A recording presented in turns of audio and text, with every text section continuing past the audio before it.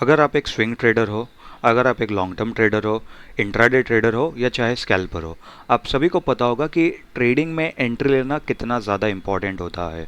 ठीक है, अगर आपका टाइम पे एंट्री रहेगा तो आपको डेफिनेटली एक अच्छे रिटर्न्स मिलेंगे, और अगर आपका एंट्री थोड़ा बहुत लेट हो गया तो शायद आपको जहाँ पर 10% रिटर्न मिलना होगा वहाँ पर आपको 6 या 7% में ही सेटल होना पड़ेगा।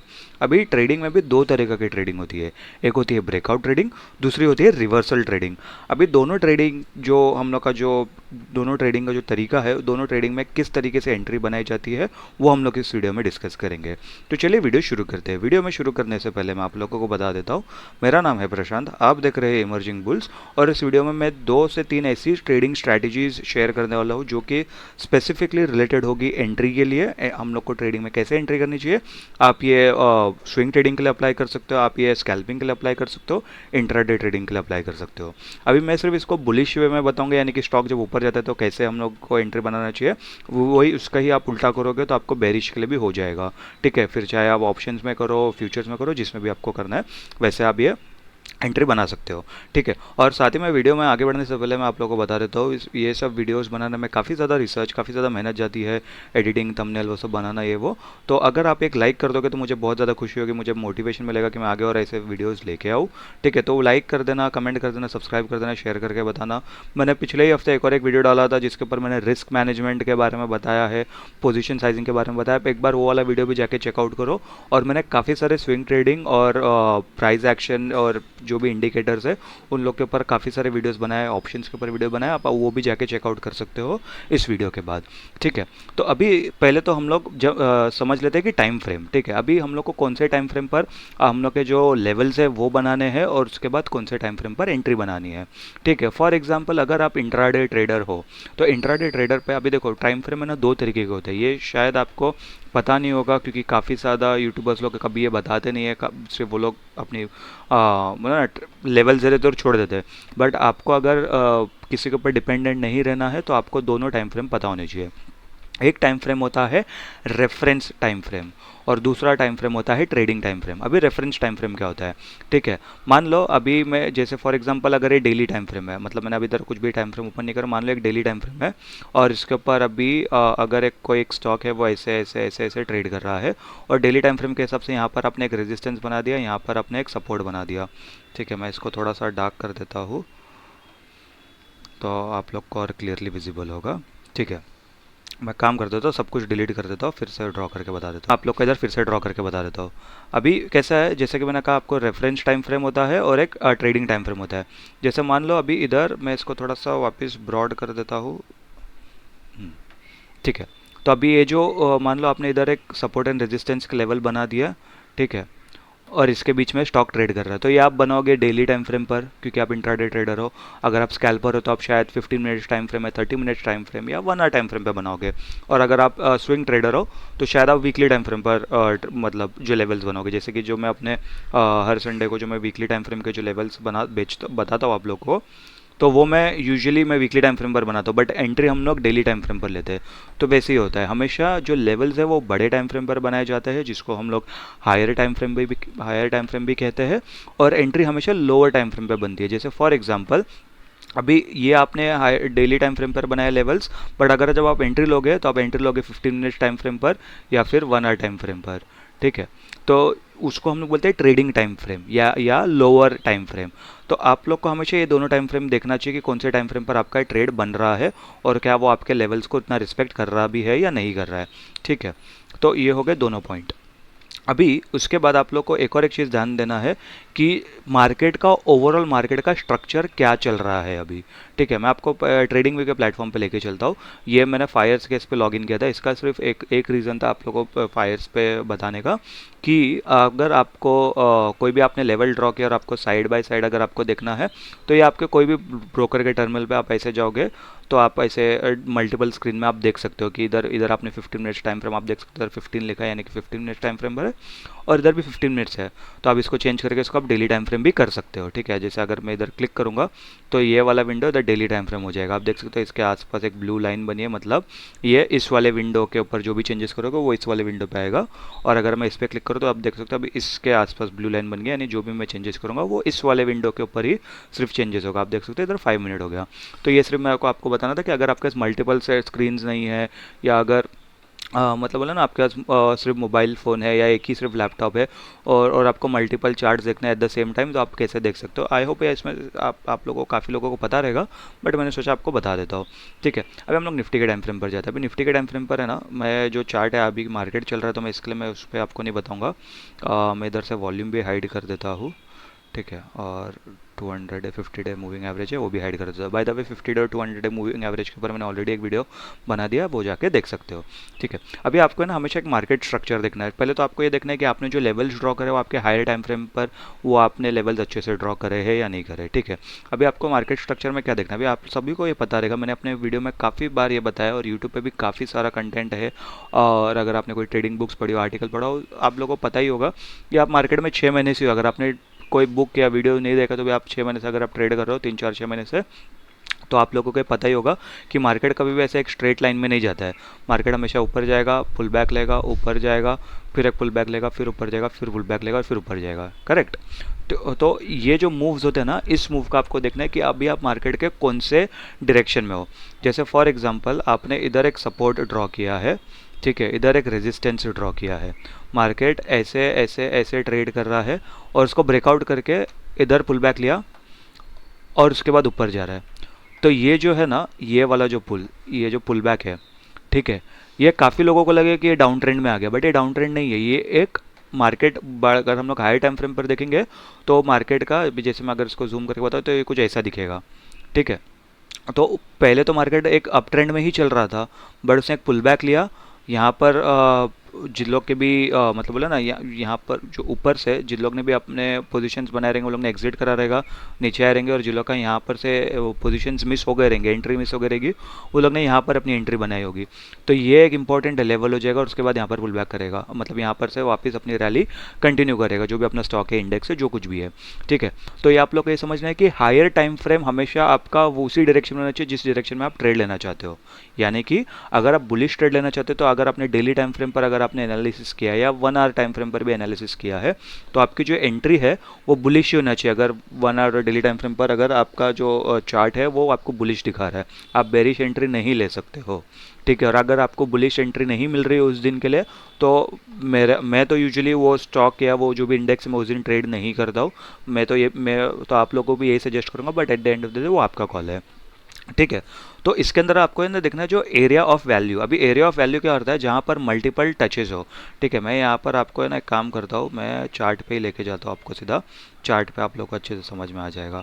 ठीक है, अभी इसके अंदर आप देख सकते हो अभी तो मार्केट चल रही है। अगेन मैं कोई बाय सेल रिकमेंडेशन नहीं दे रहा हूँ, ये ऑब्वियसली ये वीडियो तो आप लोग को 2 हफ्ते बाद दिखेगी, तो तभी तो ये जो चार्ट देख रहे हो उसका मतलब भी नहीं रहेगा, बट डेफिनेटली आप बाद में ये चार्ट को रेफर कर भी सकते हो।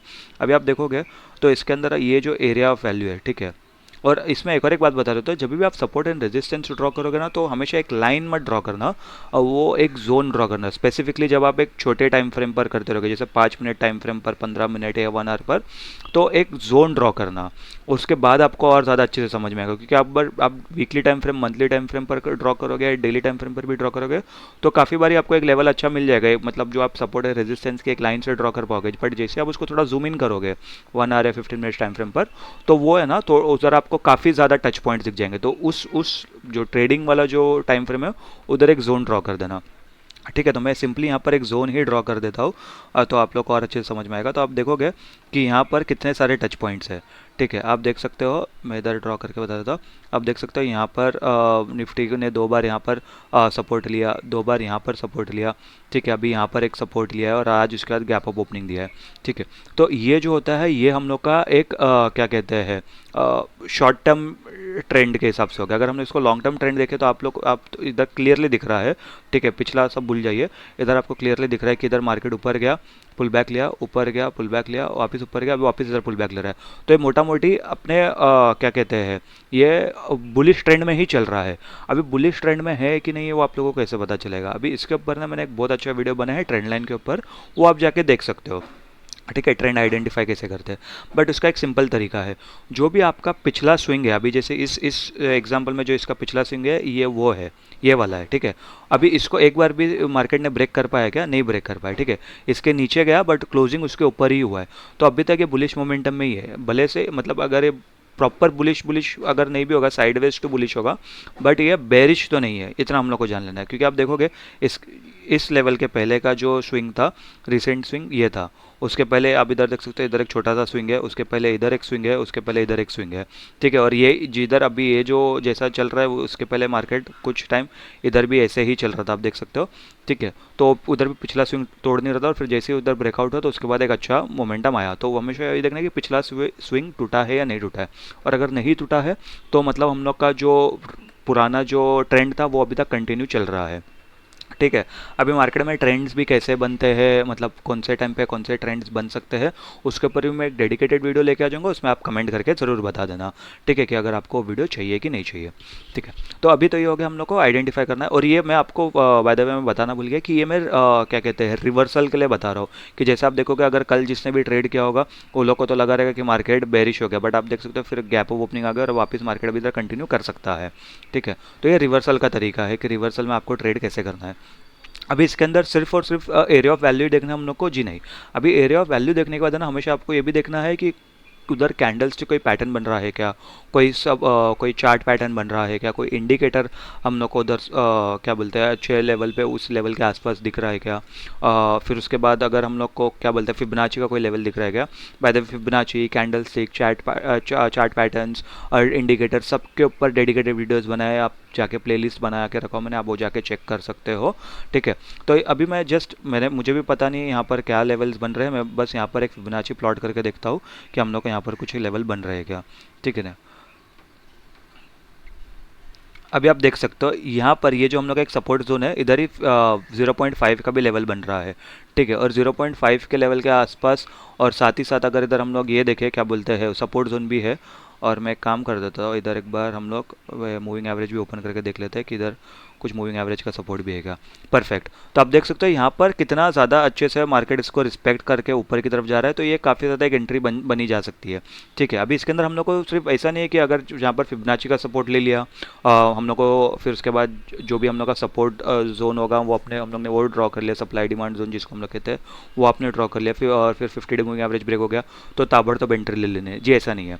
हमेशा आपको ये देखना है कि आपका स्टॉप लॉस कितना बड़ा है, ठीक है। जितना बड़ा आपका स्टॉप लॉस रहेगा, आपका जो फिर पॉइंट है मतलब यानी कि जो आपका रिवॉर्ड है वो उससे ज़्यादा बड़ा है कि नहीं, 1:2 का आपका रिस्क रिवॉर्ड रेशो हमेशा होना चाहिए, ठीक है। स्पेसिफिकली अगर आप इंट्राडे ट्रेडर हो तो, ठीक है। स्विंग ट्रेडर के लिए तो उससे ज़्यादा होना चाहिए, और इन्वेस्टर के लिए तो मतलब वो तो मल्टी बैगर ही होना चाहिए, वो तो बात की बात है।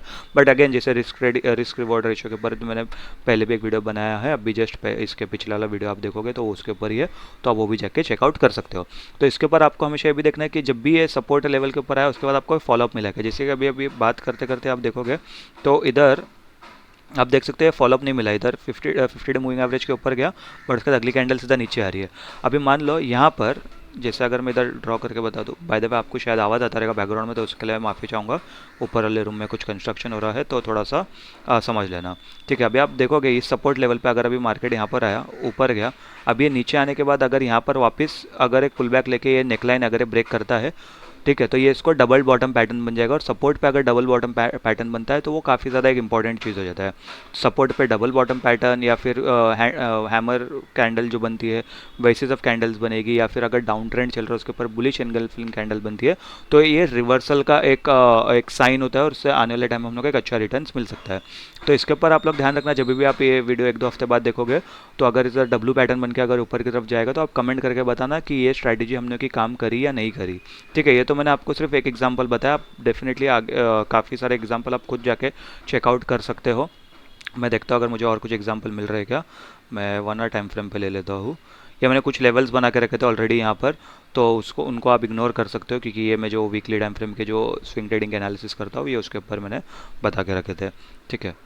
डेली टाइम फ्रेम पर ही हम लोग जाते हैं, हम लोग देख लेते हैं कुछ लेवल्स बन रहे हैं क्या। चार्ट को इधर रीसेट कर देता हूँ।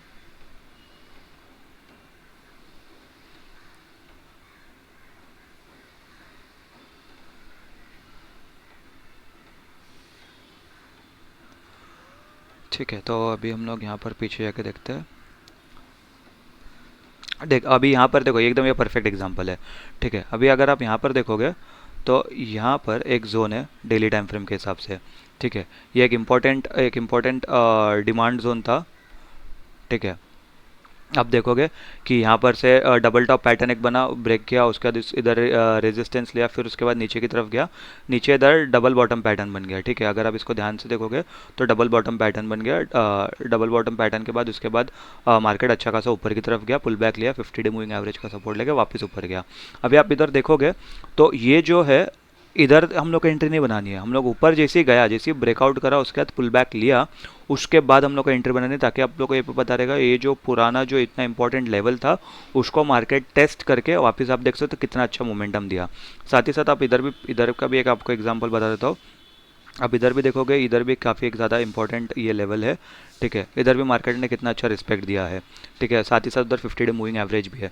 तो ऐसे आप लोग को ये देखना है कि ओवरऑल मार्केट का स्ट्रक्चर क्या चल रहा है, और ये फर्स्ट पुल बैक है कि ये मार्केट का यहाँ से रिवर्सल है। अभी रिवर्सल या पुल बैक आपको कैसे कैलकुलेट करना है, सबसे पहला तो और सबसे आसान तरीका है वो है फिबोनाची टूल। फिबोनाची टूल का अगर 50% या 60% के नीचे अगर मार्केट आ गया है जो उसका ओरिजिनल मूव के ऊपर से, तो वो आपका मतलब एक रिवर्सल हो सकता है, वो एक पुल बैक नहीं होगा। ठीक है, दूसरा, हमेशा आपको पहले पुल बैक पे कभी भी ट्रेड नहीं करना है, क्योंकि अगेन जैसे कि मान लो ये ओरिजिनल स्ट्रक्चर ऐसा कुछ है। ठीक है, ओरिजिनल स्ट्रक्चर ऐसा है, उसके बाद ये पहला पुल बैक है। ठीक है, उसके बाद अभी ये मार्केट या तो ऊपर भी जा सकता है, या तो फिर इधर से सीधा नीचे भी कंटिन्यू कर सकता है। इसके लिए यहाँ पर ना हम लोग को यहाँ पर कभी ट्रेड नहीं करना है अनटिल हम लोग को कंफर्मेशन नहीं मिल जाता है कि यहाँ से ये ऊपर जा रहा है या यहाँ से ये कंटिन्यू नीचे कर रहा है। ठीक है, जैसे हम लोग को सपोर्ट लेवल पे कुछ कैंडल स्टिक पैटर्न या या क्या कहते हैं चार्ट पैटर्न्स, या फिर हम लोग को इंडिकेटर्स मूविंग एवरेज हो गया, या फिर चाहे हम लोग को फिबोनाची हो गया या आरएसआई हो गया, तो वैसे अगर हम लोग को वहाँ पर कुछ भी इंडिकेशन नहीं दिखता कि यहाँ से ऊपर जा सकता है और फॉलो अप कैंडल्स भी मिल रही है साथ ही साथ में, तो तभी ही हम लोग इसके ऊपर एंट्री बनाएंगे, नहीं तो हम लोग एंट्री नहीं बनाएंगे। ठीक है, अभी जब मैं आपको ये वाला जो एग्जांपल था, ये वाला एग्जांपल जब मैं बता रहा था, तो अब मैंने आप लोग को एक और एक चीज़ बोला कि हम लोग कभी भी ये जो लेवल है, जैसे यहाँ पर अगर ये हम लोग ने जो लेवल ड्रॉ किया था, ठीक है, ये लेवल के आसपास अभी जब गया तो हम लोग ने डायरेक्टली इधर ब्रेक होने के बाद ट्रेड नहीं किया, तो यही अभी हम लोग ब्रेकआउट ट्रेडिंग में भी यूज़ करेंगे। ब्रेकआउट ट्रेडिंग में एक सिंपल सा फंडा है। ठीक है, मैं आप लोगों को बता देता हूँ। यहाँ पर अभी आप देखोगे कि मान लो यहाँ पर अपने सपोर्ट एंड रेजिस्टेंस ड्रॉ करा है। ठीक है, ये यहाँ पर एक ही रेंज में मार्केट ट्रेड कर रहा है। फिर जैसे ही इसको अगर ब्रेक करेगा, अगर यहाँ पर मल्टीपल टाइम्स रेजिस्टेंस अगर टेस्ट हो चुके हैं और उसके बाद अगर ब्रेक कर रहा है, तो आप एंट्री बना सकते हो। ठीक है, चाहे फिर 30% 40% क्वांटिटी के साथ एंट्री बना दो, बट आप तभी बना सकते हो एंट्री।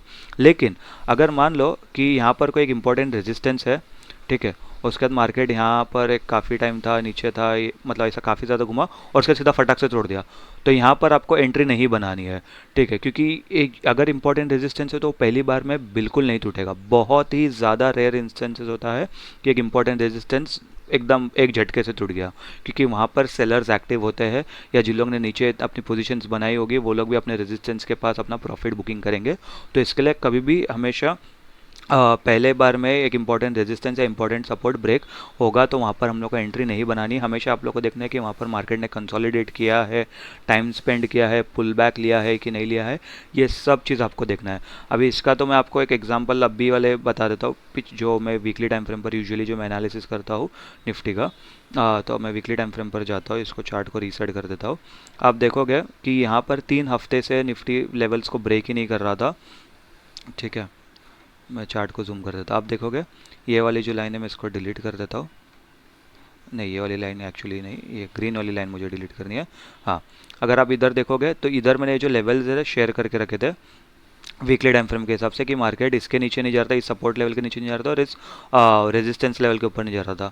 ठीक है, और इसके बाद आप देख सकते हो इधर जो पुल बैक है, ये वाला जो ब्रेकआउट है, इसको फिल करके मार्केट सीधा अगले हफ्ते वापस नीचे आ गया।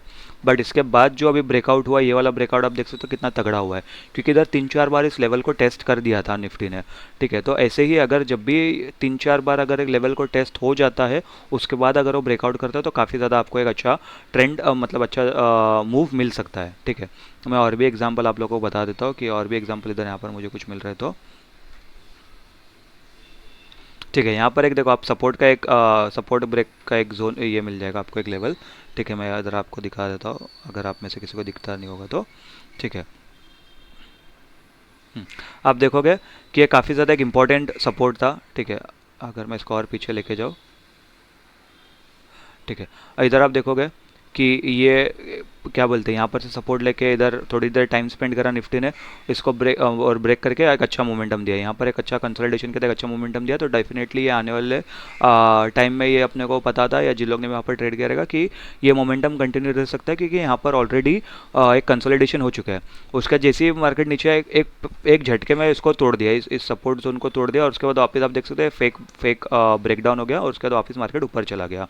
ठीक है, यहाँ पर वापस टाइम स्पेंड किया, मतलब जहाँ पर टाइम स्पेंड हो रहा है यानी कि वहाँ पर एक काफ़ी ज़्यादा पार्टिसिपेशन हो रहा है, वहाँ पर काफ़ी ज़्यादा एक्टिविटीज़ हो रही है, और उस लेवल पे ना बहुत ज़्यादा लोगों का इंटरेस्ट है। ठीक है, तो इसके लिए ना वो लेवल का काफ़ी ज़्यादा क्रिटिकल हो जाता है, और वहाँ पर जितना भी नॉइज़ रहता है ना वो निकल जाता है, वो और वहाँ पर ही आपको एक्चुअली ज़्यादा नॉइज़ मिलेगा भी, बट उसके बाद वाले लेवल्स पे नॉइज़ निकल जाता है। ठीक है, तो यहाँ पर से अपने को ये मालूम पड़ गया कि यहाँ पर कंसोलिडेशन हो गया, उसके बाद मार्केट आप देख सकते हो कितना अच्छा मूव करा। उसके बाद वापस अगर नीचे आया तो भी इस लेवल के पास से वापस ऊपर गया। ठीक है, और फिर आप देखोगे वापस एक झटके में ही सीधा पूरा डबल टेबल ग्रीन कैंडल बना बना के नीचे, रेड कैंडल बना बना के सीधा नीचे आ गया। लेकिन उसके बाद यहाँ पर सपोर्ट लेके वापस यहाँ पर इसने ब्रेकआउट कर दिया। अभी ब्रेकआउट करने का भी मैंने आपको बताया था कि या तो कंसोलिडेशन होना चाहिए या तो पुल बैक होना चाहिए, डायरेक्टली एक झटके में ब्रेकआउट नहीं होना चाहिए। आप देख सकते हो इधर 4-5 लगातार रेड कैंडल बना के ब्रेकडाउन हो गया है। अभी अगर इस टाइम पे मैं ट्रेड करता तो मैं बिल्कुल भी एंट्री नहीं बनाता था। मैं एंट्री हमेशा तभी बनाता यहाँ पर अगर कोई एक ग्रीन कैंडल अगर बन गई रहती, उसके बाद अगर ब्रेकडाउन होता तो मैं एंट्री बना सकता था। अभी यहाँ पर आप देखोगे, यहाँ पर ये जो क्या कहते हैं, जो पुल बैक है या जो ब्रेकआउट है, ये एकदम जेन्युइन ब्रेकआउट हम लोग माना जाएगा, क्योंकि आप देख सकते हो कि इधर मार्केट नीचे आया, ऊपर गया, फिर वापस नीचे आने का ट्राई किया। ठीक है, यहाँ पर सेलर्स ने थोड़ा सा प्रेशर डाला। अभी अगर ये हम लोग रिवर्सल, जो मैंने सबसे पहला वाला बताया आपको, अगर ये यहाँ पर आगे और कंटिन्यू होता तो हम लोग को रिवर्सल के हिसाब से एंट्री मिलती, बट यहाँ पर बायर्स ने वापस एंट्री ली और बायर्स वापस मार्केट को ऊपर लेके गए।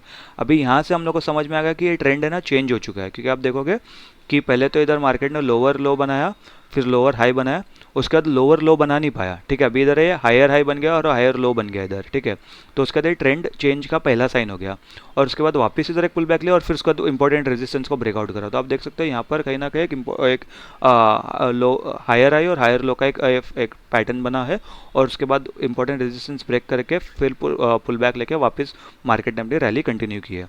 तो इस तरीके से आप लोग को एंट्री बनानी होती है। आप लोग को ये देखना है कि आपका एरिया ऑफ वैल्यू क्या है, आप लोग को बड़े टाइम फ्रेम पर मार्केट स्ट्रक्चर देखना है, आपको रेफरेंस टाइम फ्रेम पता रहना चाहिए, ट्रेडिंग टाइम फ्रेम पता रहना चाहिए कि कैसे आपका ट्रेडिंग टाइम फ्रेम है, रेफरेंस टाइम फ्रेम है। साथ ही साथ हमेशा एक चीज़ के ऊपर डिपेंडेंट मत रहना कि सिर्फ सपोर्ट एंड रेजिस्टेंस पे या सिर्फ ट्रेंड लाइन पे।